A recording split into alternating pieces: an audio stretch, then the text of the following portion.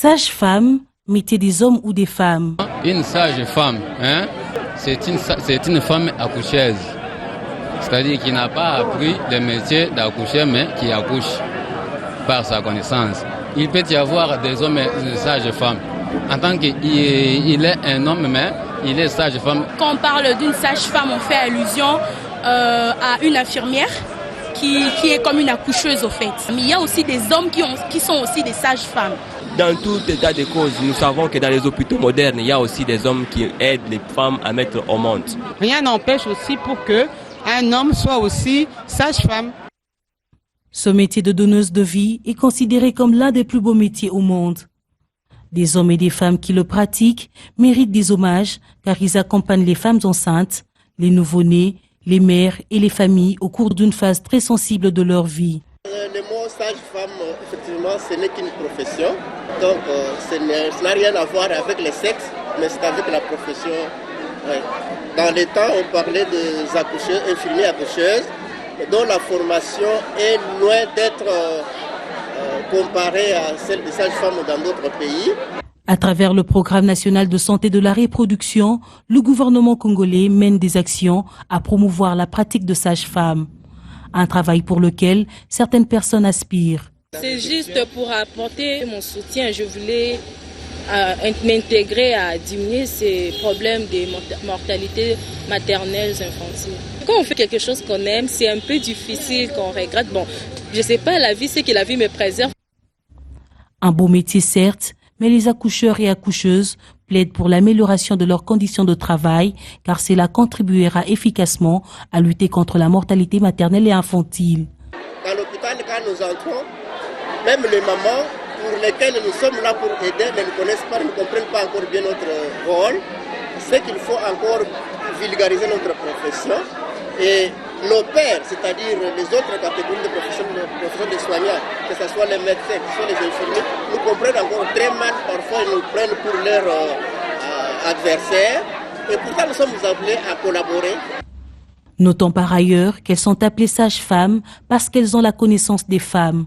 Les hommes qui font ce métier sont également appelés sages-femmes ou bien encore les maïéticiens. Je reçois sur ce plateau M. Ambroka Kabeya, président national de l'Association des sages-femmes en République démocratique du Congo. Bienvenue dans Check-up. Merci, madame. Monsieur Ambroka, nous parlons de la sage-femme. Est-ce un métier des hommes ou des femmes? Oui, le métier de sage-femme, c'est un métier exercé par les hommes, exercé aussi par les femmes. Alors, c'est un métier qui n'a rien à voir avec le sexe, mais c'est un métier qui est exercé par les hommes comme les femmes. Certaines personnes ont encore du mal à admettre cela et préfèrent parler de maïéticiens quand il s'agit des hommes. Pourquoi utiliser ce terme? Bon, ils n'ont pas tellement tort, c'est juste une invention qui est beaucoup plus du côté de l'Afrique de l'Ouest, dans le sens qu'ils se sont inspirés d'un grand philosophe que nous connaissons, Socrate. Socrate était le fils d'une sage-femme. Sa mère s'appelait Phanarète. Phanarète était une sage-femme. Et Phanarète, une vaillante vraiment sage-femme de son temps. Alors, qu'est-ce qu'il y a eu? Socrate s'enorgueillissait pour dire que moi, je suis le fils d'une sage-femme. Alors, il comparait sa philosophie avec ce que sa mère faisait. Parce que sa mère faisait accoucher les êtres humains, lui accouchait les idées. Alors, il a nommé cette théorie-là d'accoucher les idées la maïétique. C'est pour ça que Socrate avait deux théories, l'ironie et la maïétique. Et ils se sont inspirés pour, alors, comme Socrate accouchait les idées, il a appelé ça maïétique. Alors, nous, les hommes qui faisons le métier de sage-femme, nous prenons le nom des maïéticiens. Mais d'une façon générale, le métier de sage-femme prend et les hommes et les femmes. Vous êtes homme, vous êtes toujours sage-femme. C'est ça la conception de la Confédération internationale des sages-femmes. La sage-femme, c'est un des plus beaux métiers au monde parce que vous donnez la vie. Mais quelle est la formation qu'il faudrait suivre pour être sage-femme? On parle des sciences infirmières, on parle des médecines, mais pour le cas des sages-femmes, quelle est la formation qui est requise? Ok, la formation est requise. D'abord, la formation de sage-femme, c'est une formation universitaire. C'est-à-dire qu'il faut avoir terminé son école primaire, avoir terminé ses humanités, avoir son bac, bon, comme on l'a dit ailleurs, c'est-à-dire avoir son diplôme d'État et aller à l'université pour faire la profession de sage-femme. Là où il y a déjà les SEM LMD, ça vous demande 3 ans. 4 ans presque. Là où il y a encore le graduat et la licence, ça vous demande 3 ans pour son graduat et 2 ans pour sa licence.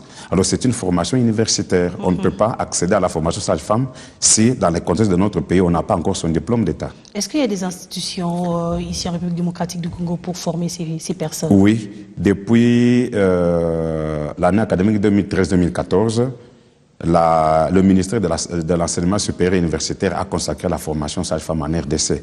Bien sûr, c'est une formation qui a existé déjà, mais sous l'appellation de la formation des accoucheuses et accoucheurs. Alors, ils évoluaient à la section sciences infirmières des ISTEM et IM de la ville.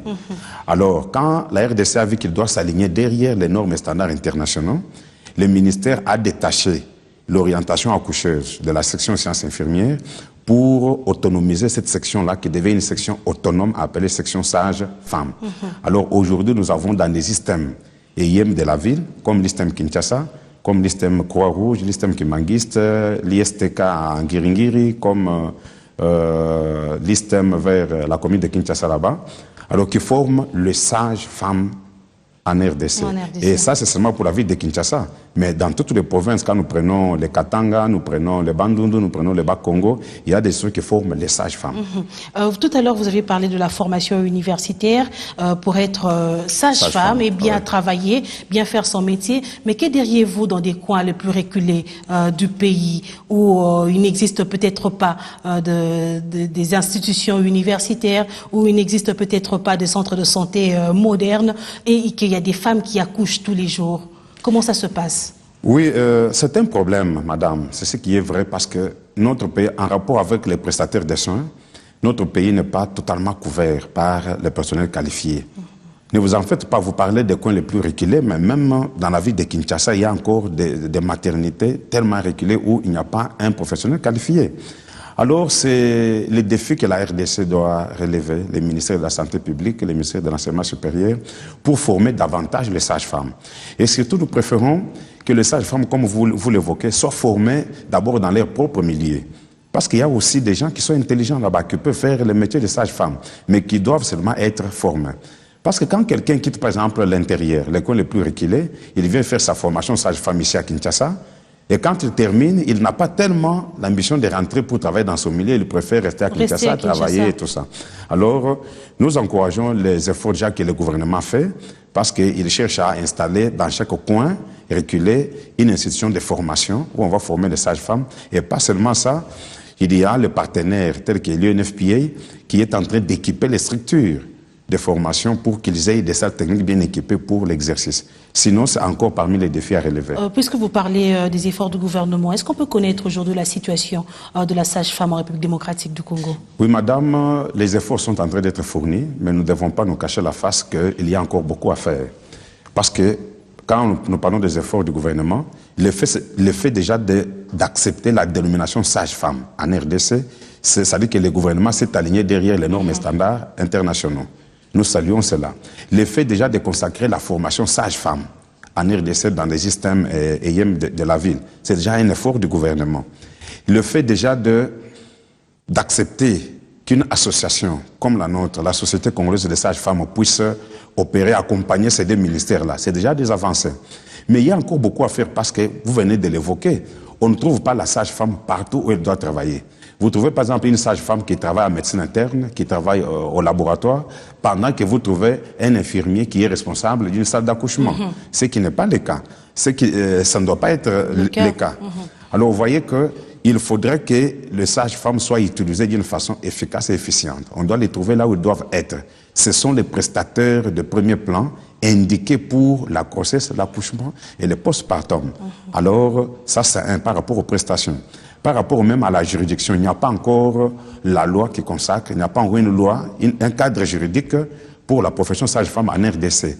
La profession est régie par la loi générale qui régit les domaines de la santé, ce qui n'est pas le cas. Vous savez, madame, comme vous l'avez vu hier dans les images, l'association a lancé un nouveau logo qui montre les mains professionnelles qui supportent une femme enceinte avec l'enfant qui se développe à son sein, entouré par un cercle. Le cercle-là veut seulement dire que le métier de sage-femme doit être entouré d'une juridiction qui sécurise et le public et la sage-femme elle-même.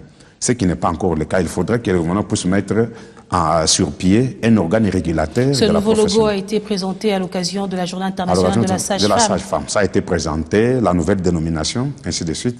Alors il faudra qu'il y ait une juridiction qui sécurise et le public et la sage-femme pour que la sage-femme puisse travailler dans une juridiction appropriée. Et il faudra que la sage-femme soit encore davantage formée, parce que le nombre est trop insuffisant pour les sages-femmes par rapport aux besoins du pays. Vous voyez la grandeur du pays, le nombre produit jusqu'aujourd'hui, il faudrait que la formation soit encore beaucoup plus multipliée pour qu'il y ait assez de sages-femmes. Monsieur Amboka, qu'est-ce que justifie cette déficience, ce manque de sages-femmes dans notre pays? Parce qu'il n'y avait pas d'abord intérêt à exercer ce métier-là. Vous voyez dans les temps, surtout quand on appelait des accoucheurs, accoucheuses. Ah bon, est-ce que moi là, je vais être juste pour faire accoucher? Non, non, non. Il n'y avait pas d'intérêt, ni auprès des parents, ni auprès des candidats, et même qui pouvaient aller faire le métier de sage-femme. Les femmes accouchent tous les jours et pourtant c'est un très beau métier. Ah oui, mais en fait, on a vu ça. Vous savez d'abord, tout découle, ce sont des conséquences. Vous connaissez d'abord notre pays, à quel niveau était le statut de la femme d'une façon générale. Alors on trouvait que tout métier qui était là pour secourir la femme, promouvoir la santé, la vie de la femme, n'était pas un métier qui... Tout ça, c'est aujourd'hui avec les efforts, voilà, aujourd'hui la femme a montré ses capacités, ses compétences partout, dans tous les domaines.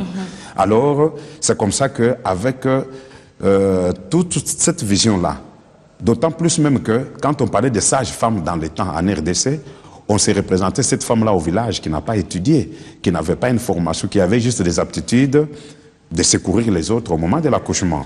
Alors bon, moi, aller devenir accoucheuse sage-femme, non. C'est comme ça que dans les systèmes, à la section sciences infirmières, orientation accoucheuse, au moment où les sciences infirmières comptaient 500 candidats, 500 étudiants, alors à la section, à l'orientation accoucheuse, on avait 10 étudiants qui venaient. Alors voilà, là où la rareté a commencé. Et pas seulement ça, dans les temps pour faire cette orientation accoucheuse, il fallait au départ être infirmier. Alors vous voyez quelqu'un qui... Avoir quelques notions. Avoir déjà les notions de sciences infirmières avant d'être accoucheuse. Alors tout ça, c'était comme une formation très prolongée qui n'inspirait pas les gens. Mais que faudrait-il faire aujourd'hui pour pouvoir renverser la tendance? Vraiment, la tendance est déjà renversée dans le sens que, avec l'aide de partenaires, l'UNFPA, NEPI, qui sont internationales, on a fait beaucoup dans le sens que on a essayé de sensibiliser la population. On a essayé de démontrer à la population que c'est un bon métier, c'est un métier noble. C'est un métier, c'est une profession médicale à compétences définies. Alors, l'UNFPA a fait de ce qu'il pouvait pour soutenir le gouvernement, pour appuyer même ces écoles-là. Aujourd'hui, madame, je vous dis que on n'a pas besoin d'envoyer son enfant à l'étranger pour faire le métier de sage-femme, parce que quand vous allez à l'ISTEM Kinshasa, à l'ISTEM Lubumbashi, vous allez à l'ISTEM Bukavu, vous trouvez un matériel sophistiqué. Moi-même, j'ai fait beaucoup de formations au Japon, c'est le même matériel que j'ai vu là-bas, qui sont entre nos murs. Pas plus loin que demain, nous descendons avec l'UNFPA à Kisanto, à l'ISTEM Kisanto, pour aller déposer l'équipement, un matériel pour la salle technique de la sage-femme, un matériel sophistiqué, madame. Vous avez un mannequin qui vous parle comme je parle avec vous, qui exprime la douleur. Un mannequin qui, quand on actionne, vous voyez un mannequin enfant sortir. Alors, ils sont formés vraiment sur un programme avec l'appui de l'UNFPA, la formation. Et aujourd'hui, avec cet appui-là, nous voyons même des systèmes là où il y avait 5 étudiants, 10 étudiants. Il y a des systèmes, je prends l'exemple de l'ISTEM Bandundu, là où il y avait 3 étudiants, 4 étudiants. Ouais, l'ISTEM Bandundu compte aujourd'hui 55 étudiants en première année graduée. L'ISTEM Kinshasa compte plus de 250 étudiants en premier gradué. L'ISTEM Kimangist en compte une trentaine. Donc alors, vous saluez les efforts menés par le gouvernement ainsi que ses partenaires. Mais est-ce qu'il y a de plus en plus des hommes qui veulent faire ce métier? Vraiment, les hommes sont jusque-là minoritaires. Quand je vous parle de ces effectifs-là, vous allez sur un des 150 étudiants, vous trouvez 5 hommes, 3. Vous allez sur 50 étudiants, vous trouvez 2, 3. Sinon, les hommes sont encore minoritaires. Mais vous êtes un homme et vous êtes sage-femme. Que diriez-vous aux autres hommes comme vous qui tardent encore? Je me sens très à l'aise. Je dois dire à ces hommes-là que c'est un très bon métier. Vous savez, c'est un métier qui... La sage-femme est dans l'art de prendre soin. Prendre soin et donner soin sont des choses différentes. Madame, je donne un exemple terre à terre. Quand vous êtes avec votre enfant à la maison, prendre soin de lui, c'est-à-dire que faire ce que tu peux faire pour qu'il ne se blesse pas, pour qu'il mange bien, pour qu'il s'habille bien, c'est ça prendre soin. Mais donner soin, c'est quand l'enfant s'est déjà blessé. Alors vous prenez soin de lui pour guérir la plaie. Donner soin, c'est quand l'enfant est déjà malnutri, que vous prenez maintenant soin pour le nourrir et pour qu'il récupère sa santé. Mais le métier de la sage-femme est ancré sur la philosophie de prendre soin. C'est-à-dire que la grossesse, c'est un état physiologique. L'accouchement, c'est une physiologie. Alors la sage-femme est là, dans sa philosophie première, de prendre soin de celle-là, d'un processus physiologique qui se déroule. Elle est là pour prendre soin et recevoir les premiers cris de l'humanité. Et là, c'est fort et très merveilleux. Monsieur Ambroka, est-il un métier facile, être sage-femme? Est-ce facile? Est-ce qu'il y a-t-il des difficultés? Est-ce qu'il y a-t-il des complications? Est-ce que par moment, vous vous dites que j'aurais bien voulu faire un autre métier? C'est un métier où il y a beaucoup de difficultés, comme vous le dites. Mais madame, je vous dis que je n'ai jamais eu un jour l'intention de...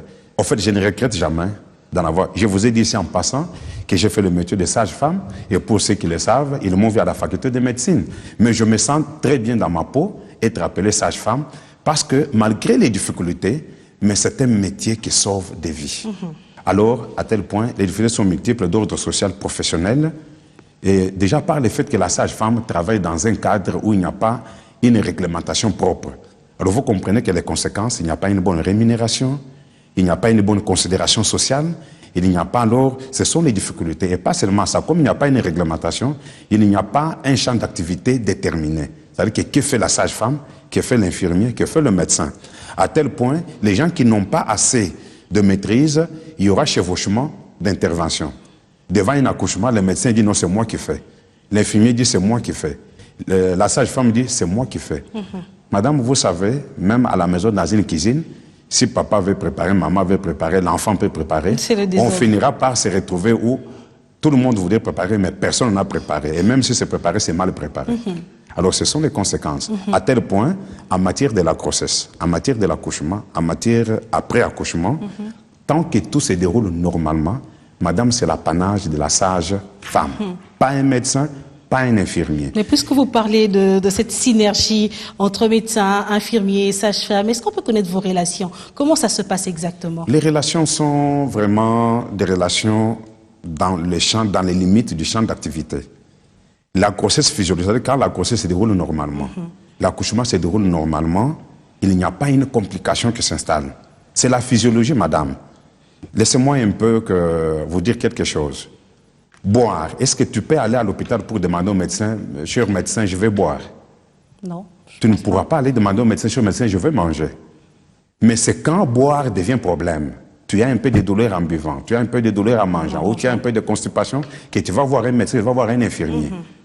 Avoir une grossesse, accoucher, tant que c'est normal, ce n'est pas différent de boire, manger, ce n'est pas différent de se soulager, ce n'est pas différent. Alors tant que ça se déroule normalement, c'est le champ d'activité de la sage-femme. Mais quand cette grossesse-là s'accompagne d'une autre maladie, s'accompagne d'une complication qui s'installe, ça reste toujours maintenant l'apanage de la sage-femme, mais en collaboration avec le médecin, plus précisément les gynécologues obstétriciens. Il intervient. Pendant les soins qu'on est en train de donner à la femme là qui est enceinte, il y a les soins infirmiers que l'infirmier doit donner. Alors, ce qui fait que chacun a sa part. Il n'est pas dit que la femme doit être seulement dans les mains de la sage-femme. Non, la sage-femme, c'est la maîtresse de la grossesse, de l'accouchement, ainsi de suite. Mais les deux autres, l'infirmier et le médecin, sont nécessaires pour cette synergie-là et assurer le bon déroulement de la grossesse et de l'accouchement. Aujourd'hui, que pensez-vous de la politique d'accouchement en République démocratique du Congo? On parle des mortalités infantiles et maternelles, mais est-ce qu'il y a-t-il une politique claire pour accompagner l'accouchement ou les femmes qui accouchent? Madame, ça fait des fois en RDC. La politique de l'accouchement, d'abord, l'accouchement est resté beaucoup plus médicalisé. La médicalisation de l'accouchement et de la grossesse. On a compris que l'accouchement, pour que l'accouchement ait lieu, il faut des perfusions, il faut des injections, il faut des appareils qui touchent là-bas, qui font cela. C'est la médicalisation de l'accouchement. On a fait l'hospitalisation de l'accouchement. L'accouchement ne peut se dérouler que dans un hôpital. Madame, vous savez, l'accouchement, c'est un phénomène purement naturel. Dans d'autres pays aujourd'hui, la femme peut accoucher même dans sa maison, mais à condition d'être entourée par la sage-femme. Vous voyez, la femme qui accouche, une maternité. Derrière la maternité, c'est un grand bâtiment écrit morgue, avec une croix, pour montrer que tel que tu accouches là, tu peux aussi te retrouver dans une... C'est la vie ou la mort. C'est la vie ou la mort. En République démocratique du Congo, la femme continue à mourir. Continue à mourir. Et le taux est encore beaucoup très élevé. Pourquoi? Ce sont les conséquences de la médicalisation. Ce sont les conséquences d'une assistance non qualifiée à l'accouchement. Alors, ce qui fait qu'aujourd'hui, ce que nous demandons par rapport au gouvernement, c'est de remettre l'accouchement dans son état naturel et physiologique. Comprendre que l'accouchement n'est qu'un départ d'un être du corps maternel. C'est l'enfant qui quitte le corps maternel pour sortir. Et c'est la femme qui accouche, madame. On a compris. Vous trouvez même les infirmiers, les médecins, qui disent à la femme quoi? Non, madame, c'est la femme qui accouche. C'est l'enfant qui sort. Mais la sage-femme, lui, a la philosophie pour comprendre que j'accompagne la femme qui accouche. La sage-femme n'est là que pour accompagner un phénomène physiologique. J'aimerais un peu savoir quel est l'impact de votre métier sur le quotidien de la population. Est-ce qu'il y a-t-il un impact direct? Il y a un impact très direct, madame. Vous savez, quand une femme est enceinte, n'est-ce pas? Cette femme-là a une famille, il a un mari, il a un homme à côté de lui, qu'il soit mari ou pas, mais il a un homme à côté de lui. Cette femme-là a des voisines, cette femme-là travaille quelque part. Si cette grossesse-là ne se déroule pas normalement, d'abord, c'est les dépenses dans le foyer. Il faut sortir de l'argent. C'est cette femme-là qui ne saura pas travailler, accomplir ne fût-ce que ses tâches ménagères. À ce moment-là, le papa ne sait peut-être pas se déplacer parce que la femme est malade. Le papa est appelé à faire aussi des travaux ménagers. Tout ça. Tandis que si, avec le travail de la sage-femme, qui sécurise la vie de la femme et de l'enfant, en surveillant la grossesse du début à sa fin, alors ça a déjà un impact économique. Parce que quand la femme n'est pas tombée malade, tout ça, il n'y a pas de dépenses engagées, il n'y a pas ceci, la santé est bonne, la femme va s'occuper très bien de ses enfants qui vont à l'école, la femme va très bien s'occuper de son mari, la femme va très bien s'occuper de sa santé elle-même. Alors, ce qui fait que le métier de la sage-femme a un impact très direct avec le quotidien de la population congolaise. Sage-femme pour un avenir meilleur, thème retenu cette année, nous sommes en 2015 pour célébrer la sage-femme en République démocratique du Congo. Un avenir meilleur, est-ce que ce métier est prometteur? Oui, c'est un métier prometteur. Comme je vous ai dit, il y a les pays qui avaient des taux de mortalité plus élevés que nous en RDC. Ces pays-là, madame, on dit, on n'invente pas la roue. Ces pays-là ont investi dans la sage-femme. Depuis les OMD, de 1990 en 2015, les OMD, ces pays-là ont vu leur taux de mortalité sensiblement être baissé. Et pour ce faire, la Confédération internationale des sages-femmes, l'OMS aujourd'hui, d'ailleurs, le discours passé de Ban Ki-moon, tout ce qu'il a demandé au pays, c'est les pays en prospective. Ils ont demandé d'investir dans la sage-femme. Quand on investit dans la sage-femme, on a sauvé la vie de la mère, on a sauvé la vie de l'enfant, on a épargné la contamination mère-enfant du VIH, on a lutté contre la pauvreté, alors c'est un métier qui promet. Pourquoi? Parce que quand on investit dans la sage-femme, on la forme très bien, on les met là où il doit travailler, elle sauve des vies, alors on a garanti un avenir meilleur. Monsieur Ambroka, puisque nous tendons vers la fin de cette émission, on ne peut pas se séparer sans pour autant parler de l'Association nationale de la sage-femme dont vous êtes le président. Quelle est la vision de votre association? La vision de la Société congolaise de la pratique sage-femme, qui est notre association SCOSAF en cycle, est de voir une république démocratique du Congo où chaque femme enceinte, chaque femme pendant l'accouchement, chaque femme après accouchement est entre les mains d'une sage-femme compétente. C'est ça la vision de l'association. Que chaque femme pendant sa grossesse, pendant l'accouchement, ait une grossesse, un accouchement assisté par un personnel qualifié qui est la sage-femme. Voilà la vision. Parce que quand il y a cette assistance-là qualifiée, effectivement, le taux de mortalité maternelle et infantile va aller à zéro. Madame, il y a des pays qui sont arrivés à ça. Et quelles sont les actions que vous comptez organiser ou mener durant ce mois dédié à la sage-femme? Ces mois, ce sont des actions qui sont concentrées, qui auront leur lancement durant ce mois. Mais ce sont des actions où nous avons, parce que nous avons après, avec notre association, nous avions un plan stratégique, 2015 à 2019. Ce sont des actions, nous allons mener des actions à haut impact, à impact direct sur la santé de la mère, du nouveau-né et de l'enfant. Et nous n'avons pas aussi inventé la roue. Partout ailleurs, là, on a ciblé 3 actions, ou 3 axes d'intervention. Il y a la planification familiale. La planification familiale peut elle-même réduire à 50% les taux de mortalité maternelle là où elle est élevée. La planification familiale, on a l'assistance qualifiée à l'accouchement. que chaque accouchement se fasse à côté d'un personnel qualifié. Ce personnel-là, c'est la sage-femme. Les deux, on a les soins obstétricaux et les soins obstétricaux et néonatales d'urgence. Alors, ce qui fait que durant ces mois de la sage-femme, les sages-femmes dans tous les pays, dans toutes les provinces, les sages-femmes vont d'ici 2 jours commencer avec des stratégies avancées d'offrir les services PF, des planifications familiales, dans des coins reculés, offrir les soins gratuitement. Avant cela, ils vont créer la demande et le besoin. Et on aura beaucoup de nouvelles adhérentes qui vont utiliser la planification familiale. Monsieur Ambroka, une femme enceinte est peut-être en train de nous suivre en ce moment. Qu'est-ce que vous pourriez lui dire? Oh, je dis à cette femme enceinte qu'elle est en train de passer une période purement physiologique. Sa grossesse n'est pas une maladie. Et que cette femme enceinte qui est ici en RDC doit savoir qu'elle a en face d'elle un personnel qualifié qui est la sage-femme. Chaque fois qu'elle est dans un hôpital, dans un centre de santé, et la première personne qu'elle a besoin, à qui elle doit s'adresser, c'est la sage-femme. Ils sont habillés en rose. Ils ne les verront pas ni en blanc, ni en quoi, en rose. C'est pourquoi vous me voyez en tenue rose, madame. Alors c'est ça la tenue de la sage-femme. Alors il s'adresse et cette sage-femme-là va l'accompagner durant toute sa grossesse. Qu'elle prenne courage, qu'elle comprenne que la grossesse est une physiologie et qu'elle s'adresse à tout moment à la sage-femme. D'ici là, nous avons même un projet de mettre un numéro vert. Un numéro où toute femme enceinte qui a besoin d'un conseil, qui a besoin d'avoir des explications sur tel ou tel élément, appelle ces numéros-là gratuitement et les sages-femmes seront disponibilisées pour les assister même à partir de leur maison. Un souhait ou un message pour clore cette émission? Les souhaits, nous remercions le gouvernement de la République démocratique du Congo et nous leur demandons davantage d'assurer à la pratique sage-femme un cadre juridique approprié, mettre en place l'ordre des sages-femmes. Nous demandons à la population de placer confiance à la sage-femme, de laisser la sage-femme accompagner la grossesse, l'accouchement et le postpartum pour leur avenir meilleur. Et nous encourageons tous nos amis de l'association, de la Société congolaise des sages-femmes et tous nos collègues des associations sœurs de soutenir la SCOSAF qui vient au secours de ces femmes pour atteindre la vision. Monsieur Ambroka Kabeya, je vous dis merci d'avoir répondu à nos questions. Je rappelle que vous êtes président de l'association des sages-femmes de la République démocratique du Congo. C'est moi qui vous remercie, madame. Et dans 1001 questions santé, quelles sont les étapes de l'accouchement? Quelles sont les étapes de l'accouchement? Les étapes de l'accouchement se diffèrent d'une femme qui n'a jamais accouché à celle qui a déjà eu 2 enfants. Pour un premier enfant, d'abord le col s'efface, c'est-à-dire qu'il n'a plus la longueur et devient tout fin comme un papier.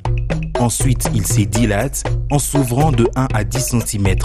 Parallèlement à la dilatation du col, la tête du bébé descend et s'engage dans le bassin de la mère. Arrivé à la dilatation complète, c'est-à-dire 10 cm, le col est tout ouvert et quand la tête du bébé est assez basse derrière le vagin, il y a la phase d'expulsion où la femme est aidée par la sage-femme pour pousser en vue de mettre au monde son bébé. D'abord sort la tête et ensuite la sage-femme fait sortir les épaules et le reste du corps. Après 5 à 10 minutes ou même jusqu'à 30 minutes de la naissance du bébé, la femme doit pousser pour faire sortir le placenta. Pour une femme qui a déjà accouché, l'effacement peut se faire après que le col soit dilaté de 3 à 4 cm et la tête du bébé peut descendre rapidement du haut du bassin jusqu'en bas pour naître. Dans tout le cas, il faut de contractions régulières pour accoucher de bonne durée et de bonne intensité. Hélas douloureuse, mais la sage-femme peut vous aider à respirer jusqu'à trouver le moyen pour vous aider à supporter les douleurs. Je vous conseille donc de vous inscrire à un cours de préparation à la naissance ou de suivre régulièrement vos consultations prénatales en vue d'avoir des explications ultérieures et vous faire donner 2 conseils.